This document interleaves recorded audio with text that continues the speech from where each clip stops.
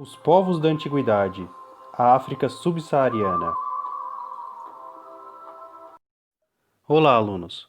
Na aula de hoje vamos dar continuidade ao tema África e iremos aprender um pouco sobre a antiguidade da África subsaariana. O objetivo dessa aula é compreender a formação das primeiras civilizações humanas de forma crítica, buscando analogia com o presente, desmitificando o conceito de superioridade ocidental e europeia. Trabalharemos duas habilidades da Base Nacional Curricular Comum nesta aula. A primeira será analisar e comparar diferentes fontes e narrativas expressas em diversas linguagens, com vistas à compreensão e à crítica de ideias filosóficas e processos de eventos históricos, geográficos, políticos, econômicos, sociais, ambientais e culturais.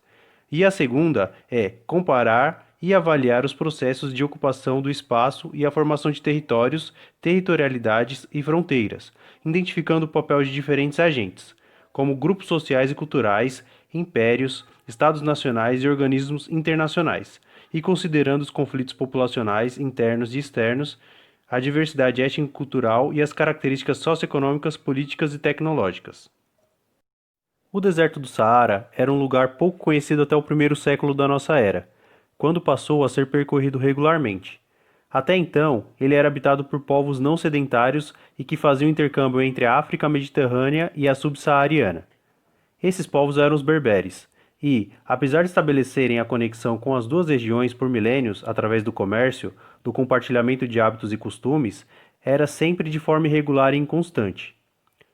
A melhor forma de se atravessar o deserto do Saara na antiguidade eram pelos rios Nilo e Níger, porém, esses rios possuem condições difíceis de navegação, o que levou a pouca exploração deles como recurso de travessia.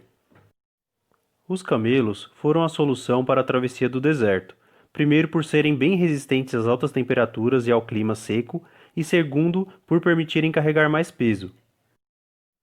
Com as rotas comerciais estabelecidas, os povos do norte encontraram diversas civilizações até então desconhecidas.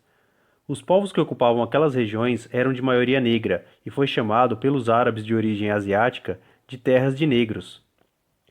Na área conhecida como Anúbia, no nordeste africano, onde se juntam os rios Nilo Azul e Nilo Branco, se desenvolveram algumas civilizações, como as sociedades de Kerma, Napata e Meroe.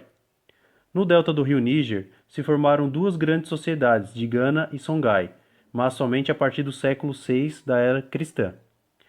Na região do Mar Vermelho, próximo aos povos Kerma, Napata e Meroe, se formou a civilização Axum.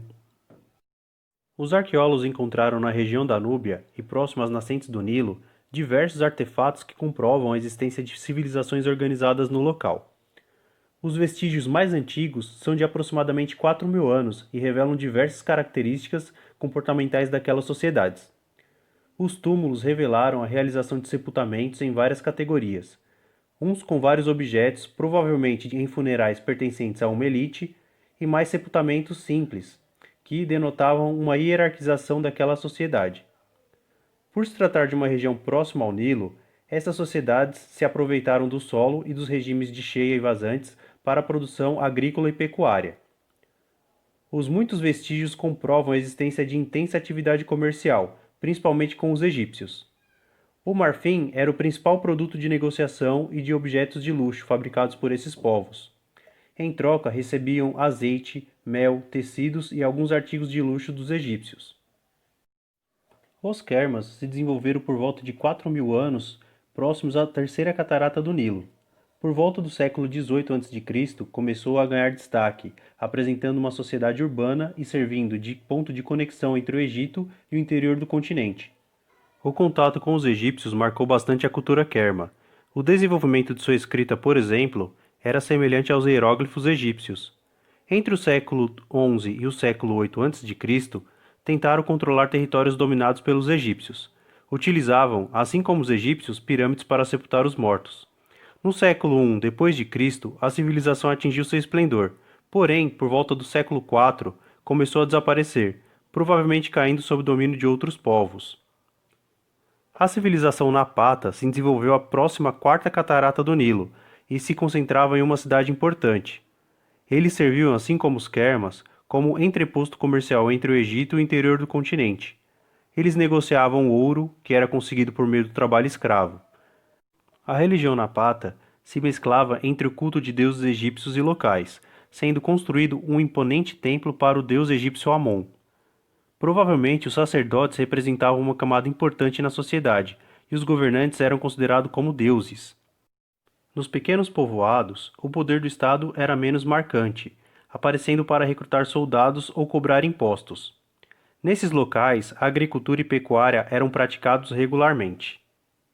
No século III a.C., Meroe era a maior cidade da Núbia. Sua localização se encontrava entre a quinta e a sexta catarata do Nilo, no encontro de rios e onde se formava uma ilha. Sua força aumentou com o declínio de Napata, e o seu sucesso alcançou até o século IV da era cristã. O local era propício para a agricultura, que facilitou os assentamentos humanos. Era comum também a criação de animais. Sua localização, assim como Kerma e Napata, fez com que a atividade comercial crescesse, negociando principalmente o marfim. Os elefantes também eram negociados para o uso em guerras, além da fabricação de objetos de metal, principalmente o ferro em armamentos. Essa civilização alcançou negociações com os povos próximos ao Mar Vermelho, como Etiópia e Darfur. O soberano controlava praticamente todas as ações da sociedade, como a formação política, o exército e a cobrança de impostos. O soberano e a elite moravam em um território murado onde havia palácios, prédios públicos e templos. O restante da população morava ali perto, em casas rústicas e construídas desordenadamente. Apesar da influência da cultura egípcia ser grande, Meroe assimilou aspectos de diversas culturas. Com o passar do tempo, os costumes locais foram sendo tratados com mais importância e diminuiu a influência de outros povos. Eles cultuavam com mais rigor o deus Apedemek, que era o guerreiro e protetor do exército, representado muitas vezes ao lado de um leão. O exército era temido e o castigo aos derrotados eram inúmeros, como acorrentamento, transformados em escravos ou sacrificados. Mesmo com toda a sua imponência, não havia vestígios desse povo em regiões distantes da Núbia ou do Egito Antigo. No século IV da era cristã, os meróis começaram a perder espaço e provavelmente foram assimilados por outra civilização que passara a florescer próxima dali, os Axum. Por volta de 1500 a.C., a nordeste do continente africano, próximo ao Mar Vermelho e Oceano Índico, onde hoje é a Etiópia e Eritreia, se desenvolveu a civilização Axum. Os achados arqueológicos comprovam a existência de uma sociedade urbana organizada, que fez uso das terras férteis da região para desenvolver a agricultura, além das práticas artesanais e comércio, principalmente o de marfim. No primeiro século da era cristã, encontrava-se em plena atividade, controlando diversas rotas comerciais entre o Mar Vermelho e o interior do continente africano, buscando também expandir seus domínios. Desenvolveram, para facilitar as negociações, moeda própria e um sistema de escrita, mostrando o avanço desta civilização. As negociações comerciais eram bem intensas, inclusive, em contato com indianos, egípcios, sírios, hebreus, gregos e habitantes da Península Itálica, como os romanos. As principais cidades eram Adulis e Matara. A religião de Axum era politeísta, representada por deuses ligados à natureza. Os governantes eram considerados sagrados, encarnação do deus da guerra e do céu Marém. Os governantes acreditavam ainda serem descendentes dos reis dos hebreus, Salomão, e da rainha de Sabá, dos africanos. A partir do século IV da nossa era, as crenças desta civilização começaram a mudar com a inserção do cristianismo. Muitos povos da antiguidade ao sul do Saara possuíam grandes semelhanças, como o idioma parecido e as práticas religiosas. Entre as muitas etnias existentes no continente, os bantus se destacavam pelo alcance que chegaram. Originários do território onde hoje é a Nigéria, a noroeste do continente, os bantus iniciaram seu processo migratório por volta do ano 1000 a.C., provavelmente por conta do avanço da agricultura e do aumento populacional. O movimento de expansão perdurou por séculos, evidenciado por diversas características desse povo encontradas em grandes partes do continente. Ao mesmo tempo em que se expandiam ou expulsavam outras populações ou faziam assimilação delas, passaram a controlar as áreas de florestas tropicais e a cultivar gêneros agrícolas, transformando as populações locais que antes praticavam a caça e coleta. Conforme podemos enxergar no mapa, os bantus dominaram boa parte do centro-sul do continente e muitas sociedades descendentes desenvolveram a metalurgia.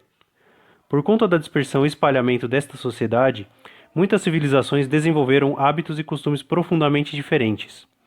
Mesmo assim, até hoje é possível encontrar sinais da cultura Banto que representa a identificação de uma população de mais de 200 milhões de pessoas, principalmente na África subequatorial.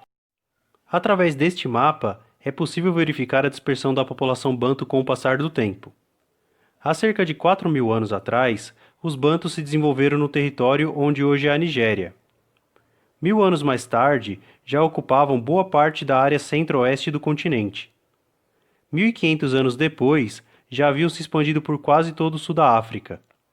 Segundo especialistas, o movimento Banto se estendeu até cerca do ano de 1100 da nossa era. Gostou dessa aula? Comente e compartilhe. Até a próxima!